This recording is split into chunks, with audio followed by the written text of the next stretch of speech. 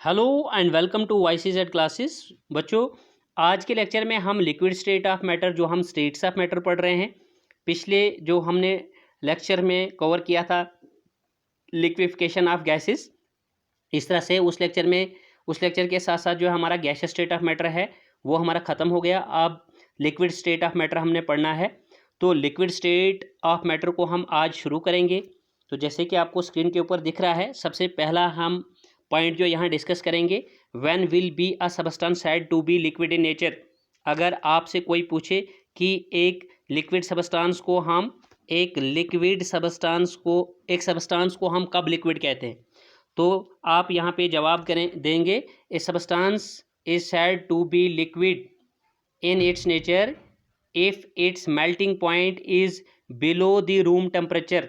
अगर उस substance given का मेल्टिंग पॉइंट रूम टेम्परेचर से बिलो आता है और उस सबस्टेंस गिवन का अगर बॉइलिंग पॉइंट रूम टेम्परेचर से अबव आता है, तो सबस्टेंस क्या माना जाएगा बेटा? लिक्विड माना जाएगा।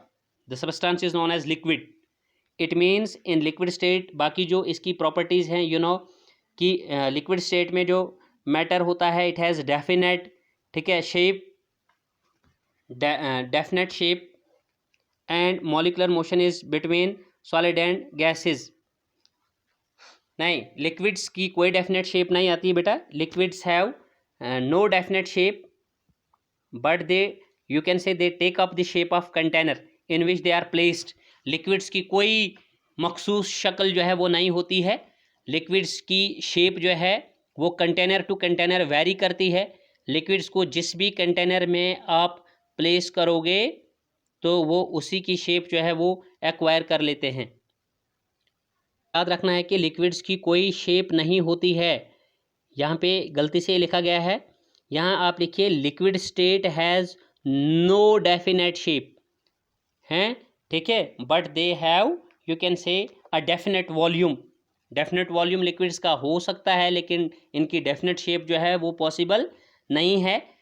And they takes up the shape of container in which they are kept. Okay, तो ये आपने बेटा यहाँ पे याद रखना है। दूसरी चीज़ मैं आपको बता दूँ कि अगर हम पैकिंग की बात करेंगे, पैकिंग ऑफ कॉन्स्टिट्यूएंट पार्टिकल्स की बात करेंगे, तो लिक्विड स्टेट में मैंने लिक्विफिकेशन ऑफ गैस में भी ये बात बताई थी। इस टॉपिक में फिर से बता रहा हूँ, थोड़ा मिलता जुलता टॉपिक है। पैकिंग ऑफ कॉन्स्टिट्यूएंट पार्टिकल्स की अगर हम बात करेंगे कि लिक्विड स्टेट में जो कॉन्स्टिट्यूएंट पार्टिकल्स होते हैं वो किस तरह से होते हैं, तो आप यहाँ याद रखेंगे कि in liquid state of matter the inter particle distances are less. Inter particle distance जो है वो लेस हैं, लेकिन किसके साथ अगर हम इसको कंपेयर करेंगे, as compared to gaseous state.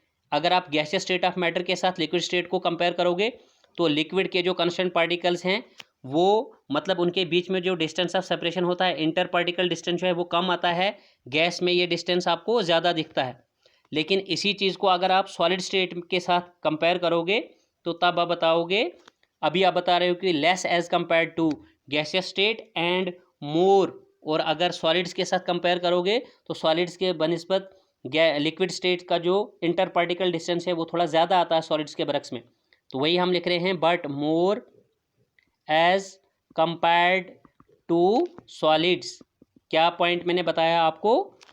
The in liquid states of matter are in liquids the inter particle distances are less as compared to gaseous state but more as compared to the solid state.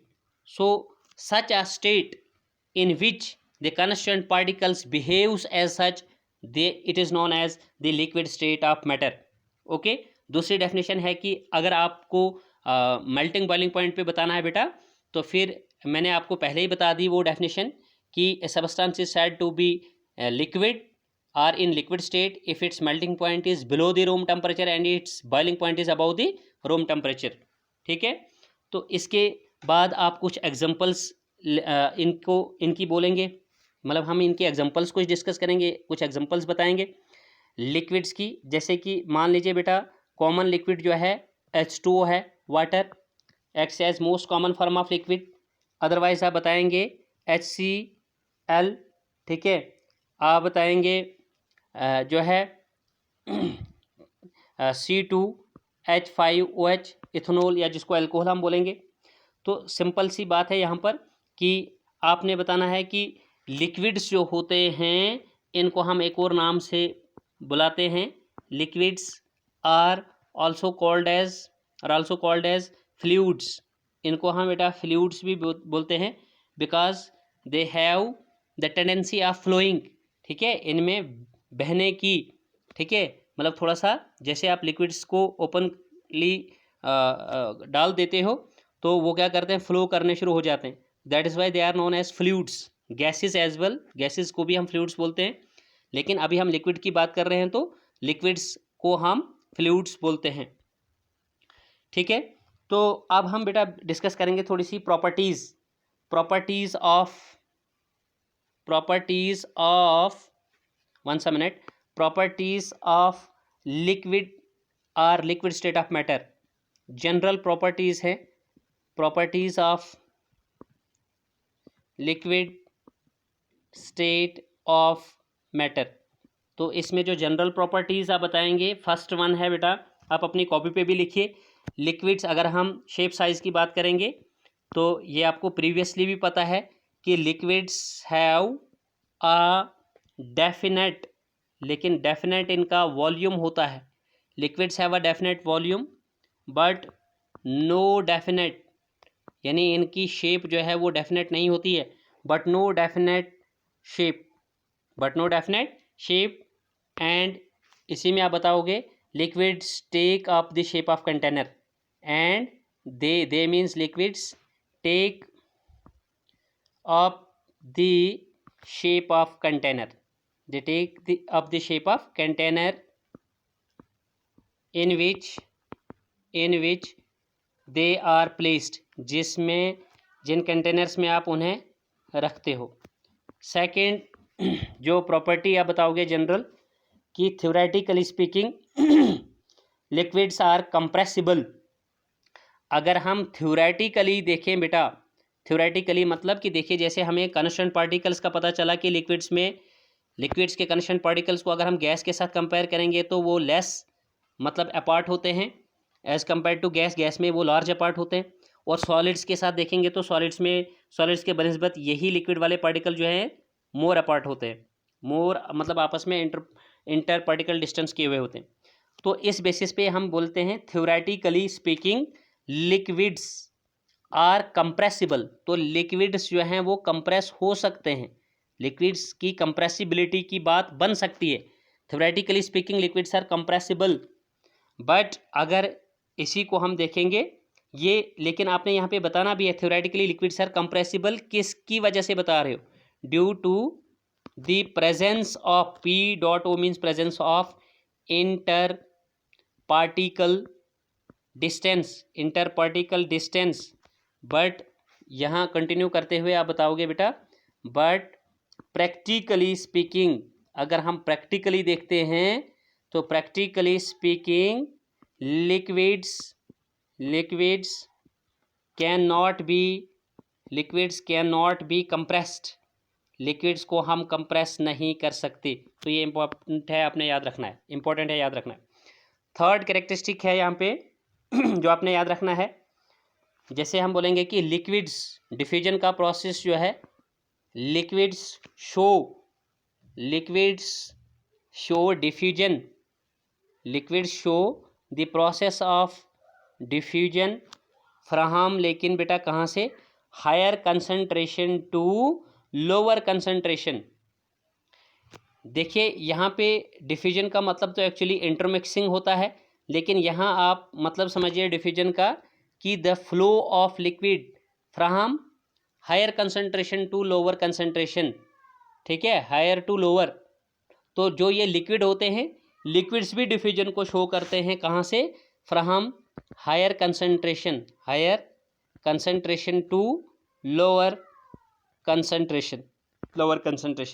But the rate of diffusion जो है, rate means जो speed है, but the rate that means speed of diffusing liquid की जो है, या the rate of diffusion कहेंगे आप लिक्विड्स की जो है, is very less as compare to, जिसको हम देन भी लिखते हैं कंपैरिजन के लिए, is very less than gases, मतलब गैसेस ज़्यादा डिफ्यूज़ होती हैं, बहुत ज़्यादा डिफ्यूज़ होती हैं, ठीक है।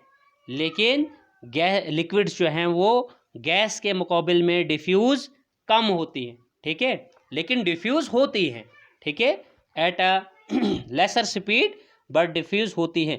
सबसे ज़्यादा डिफ्यूजिंग एबिलिटी जो है बेटा वो गैस के पार्टिकल्स में होती हैं, यानी गैसियस स्टेट में होती है, तो ये भी आप याद रखेंगे।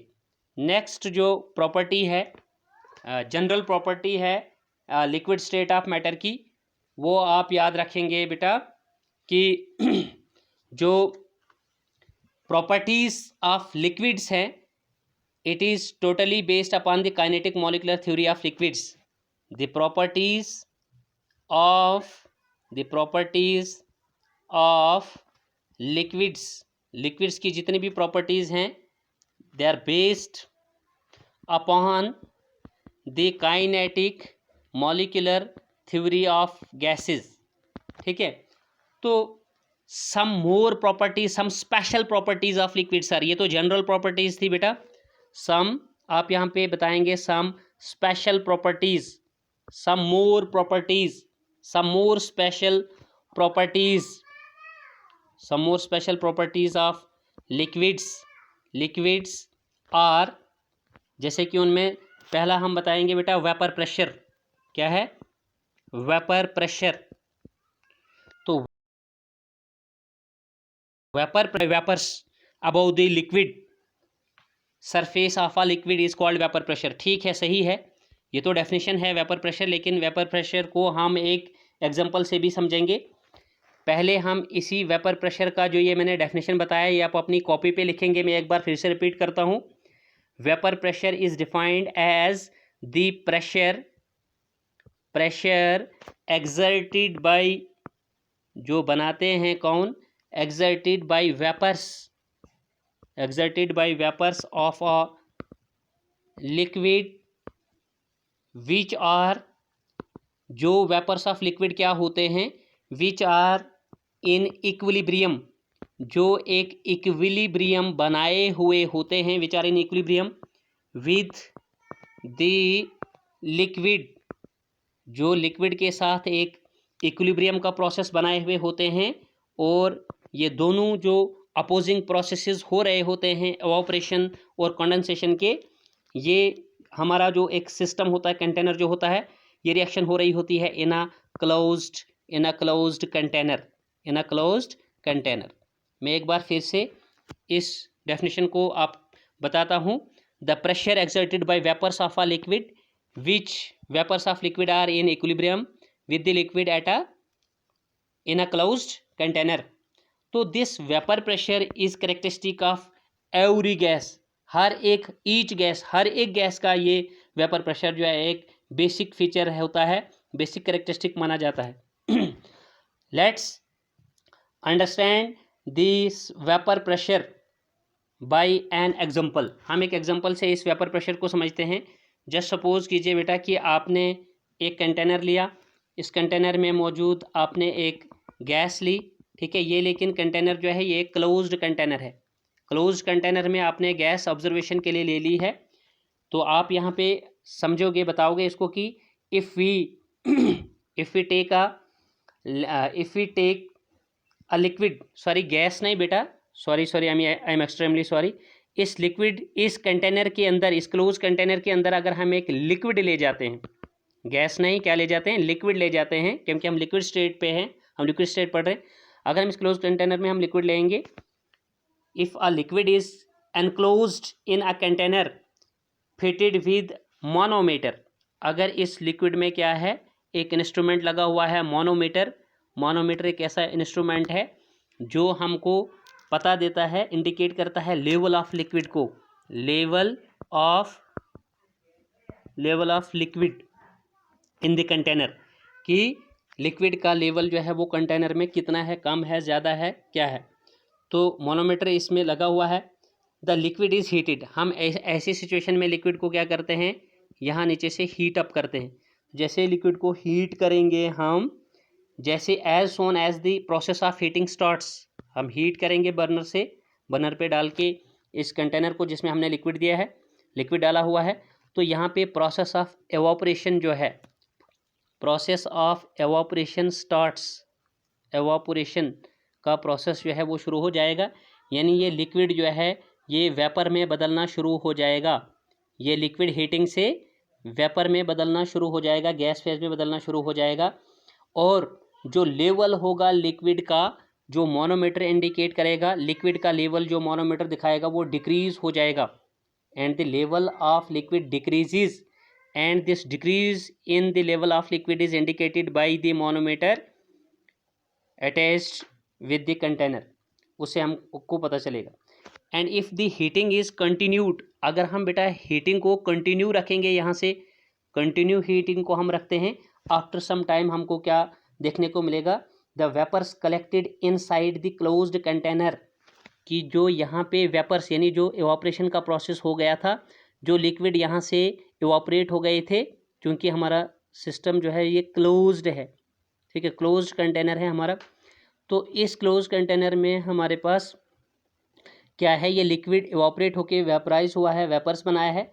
तो कुछ समय के बाद यहाँ पर हमको दिखेगा कि ये वेपर्स जो है ये दोबारा से वापस हो जाएंगे लिक्विड में, ठीक है, किस में कन्वर्ट हो जाएंगे, लिक्विड में वापस आना शुरू कर देंगे, but they will take time, कुछ समय के बाद। अगर हम हीटिंग कंटिन्यू रखे हुए हैं तो after some time we will see there that the vapour collected inside the closed container starts converting into liquid again. That means इस प्रोसेस को हम कहते हैं कि the process of conversion of vapours into liquid, you know it is condensation. तो ये process condensation का यहाँ पे फिर शुरू हो जाएगा। इट मीन्स कुल मिला के हम यहाँ पर देख रहे हैं दो अपोजिंग प्रोसेस। पहले जब हमने हीट किया इवापोरेशन देखने को मिला, लिक्विड वेपर्स में बदला, और फिर कुछ समय के बाद हमें ये वेपर्स जो हैं वो लिक्विड में बदलते हुए नजर आए, तो यानी प्रोसेस ऑफ कंडेंसेशन शुरू हो गया, ठीक है। और जो मोनोमीटर ने पहले लिक्विड का जो लेवल था वो डिक्रीज दिखाया था, और अब जब हमारे पास वेपर जो है वो लिक्विड में आना फिर से शुरू हो जाएगा, तो the level of the liquid in manometer will rise again, वो दोबारा से जो है वो राइज होना शुरू हो जाएगा, दिखाएगा मोनोमीटर की लिक्विड का जो लेवल है वो अगेन बढ़ गया, क्योंकि वेपर्स जो हैं वो लिक्विड में दोबारा से आ गए, यानी प्रोसेस ऑफ कंडेंसेशन शुरू हो गया। अब यहाँ से आगे आपने याद रखना, ए स्टेज इज रीच्ड। अब एक वक्त ऐसा आ जाता है यहाँ पे, क्योंकि हम हीटिंग अगर कंटिन्यू रखे हुए हैं, when both the opposing processes proceed at the same rate, कि सेम रेट का मतलब जैसे मैंने यहाँ लिखा था इक्विलिब्रियम, कि एक स्टेज ऐसे आ जाती है कि यहाँ पर एक इक्विलिब्रियम डेवलप हो जाता है। तो यहाँ इक्विलिब्रियम का मतलब आपने समझना है, सेम रेट क्या हो जाता है यहाँ पे, कि जिस रेट से यहाँ पर लिक्विड जो है वो वेपर में बदलता है, एट द सेम टाइम वो वेपर जो है वो लिक्विड में बदल जाता है।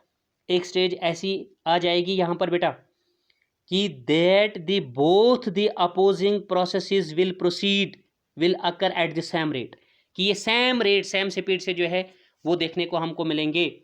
और एंड द, और आप कैसे बताओगे सेम रेट, क्योंकि जो लिक्विड का जो लेवल होगा मोनोमीटर, उसमें कोई चेंज इंक्रीज डिक्रीज नहीं होगी, वो एक ही जगह पे मोनोमीटर दिखाएगा लिक्विड का level, level of liquid becomes constant in the manometer. और जब ये रिएक्शन हो रही होगी, हम हीटिंग कंटिन्यू रखे हुए होंगे, तो ये सेम स्पीड पे सेम रेट पे जो है ये दोनों अपोजिंग प्रोसेसेस जो है वो हो रहे होंगे एट कांस्टेंट, ठीक है, लेवल ऑफ द लिक्विड, जो कि हमको मोनोमीटर इंडिकेट करेगा कि उस हम मोनोमीटर को देखते रहेंगे ये प्रोसेस सेटअप करके, तो मोनोमीटर में लिक्विड का कोई चेंज नहीं होगा, वो एक ही जगह पे कांस्टेंट रहेगा। So such a stage is called equilibrium stage. तो ऐसी स्टेज को हम इक्विलिब्रियम स्टेज कहते हैं, याद रखो। And since at equilibrium both the opposing processes are in motion, हाँ ये भी याद रखना है, इस इक्विलिब्रियम स्टेज पर हमको ये भी देखने को मिल रहा है कि जो ये दो अपोजिंग प्रोसेसेस मतलब एवापोरेशन और कंडेंसेशन के प्रोसेस हैं, ये यहाँ पे मोशन में है, मतलब यहाँ पर लिक्विड जो है वो फर्स्टली कन्वर्ट किस में हो रहा है, वेपर में, और वेपर अगेन फर्स्टली जो है वो मोशन किए हुए किस में कन्वर्ट हो रहा है, लिक्विड में। तो that is why we say that at equilibrium stage both the processes are in motion, so it is better to call this equilibrium stage as dynamic equilibrium. तो फिर हम ऐसे इक्विलिब्रियम को बेटा dynamic equilibrium, di means two, हम इसको क्या बोलेंगे, डायनामिक इक्विलिब्रियम बोलेंगे, क्योंकि दो अपोजिंग प्रोसेसेस यहाँ पर प्रोसीड हो रहे हैं, ठीक है, अकर हो रहे हैं एट द सेम रेट और एट द सेम स्पीड। सो इस इक्विलिब्रियम को हम क्या बताएंगे, डायनामिक इक्विलिब्रियम बताएंगे। ओके ठीक है, यहाँ से आगे आप याद रखेंगे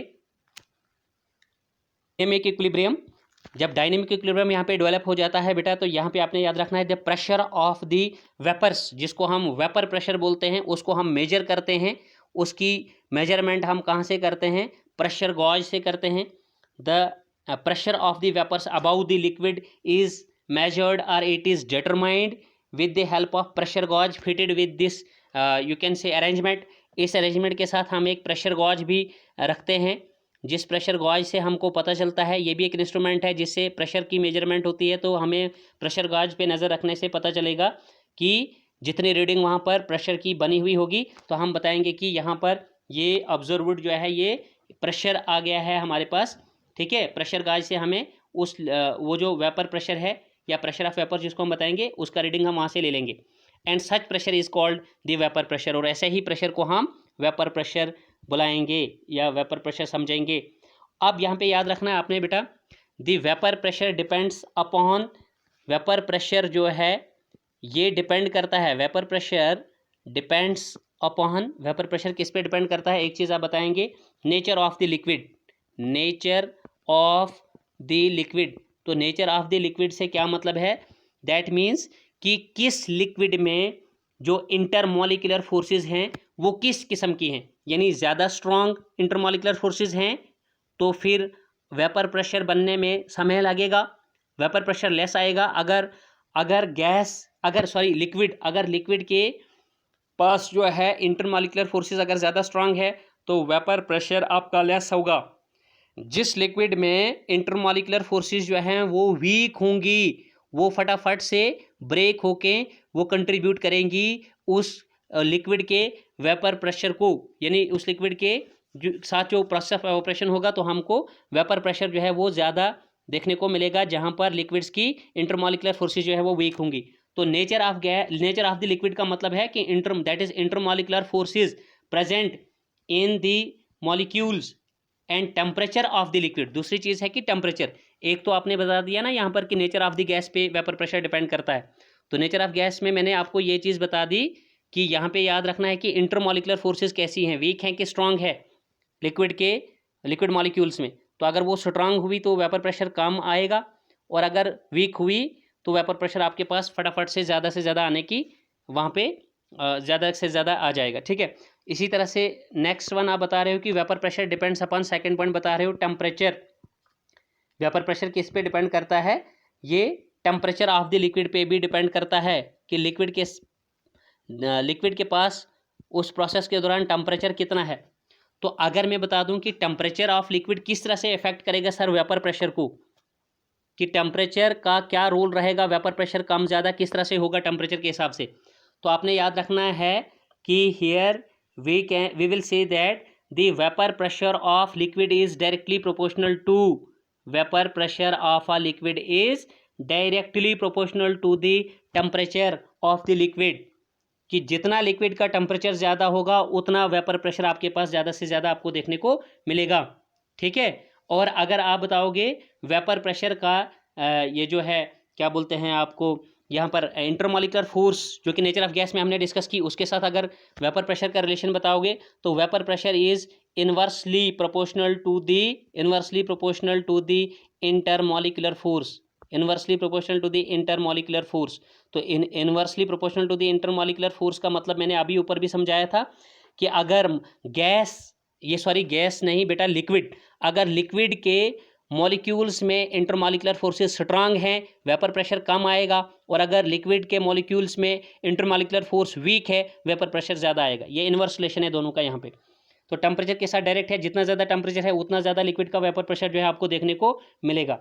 तो ये वेपर प्रेशर जो है आप याद रखेंगे फाइनली कि this vapour pressure is the characteristic of each liquid and its unit is same as that of the normal pressure, और इसका भी यूनिट जो है वो नॉर्मल जो प्रेशर के यूनिट्स हम लिया करते हैं वही होंगे, ऐसी बात नहीं है। ठीक है, तो आज के लेक्चर में बेटा हम इतना ही पढ़ेंगे, और याद रहे आपको कि आज के लेक्चर में हमने लिक्विड स्टेट ऑफ मैटर को शुरू किया। हमने पहले लिक्विड बताया कि लिक्विड्स क्या होते हैं, कब हम एक सबस्टेंस को लिक्विड कह सकते हैं। ठीक है, फिर हमने कुछ कैरेक्टरिस्टिक्स, जनरल प्रॉपर्टीज जिनको बोलेंगे जनरल प्रॉपर्टीज या general characteristic of liquids discuss किए, और उसके बाद कुछ special characteristics, important characteristics of liquid में हमने वेपर प्रेशर आज के लेक्चर में डिस्कस किया। तो नेक्स्ट लेक्चर में जो है हम सरफेस टेंशन वगैरह डिस्कस करेंगे। तो आज के लेक्चर में इतना ही। Goodbye, take care, stay fit and stay safe.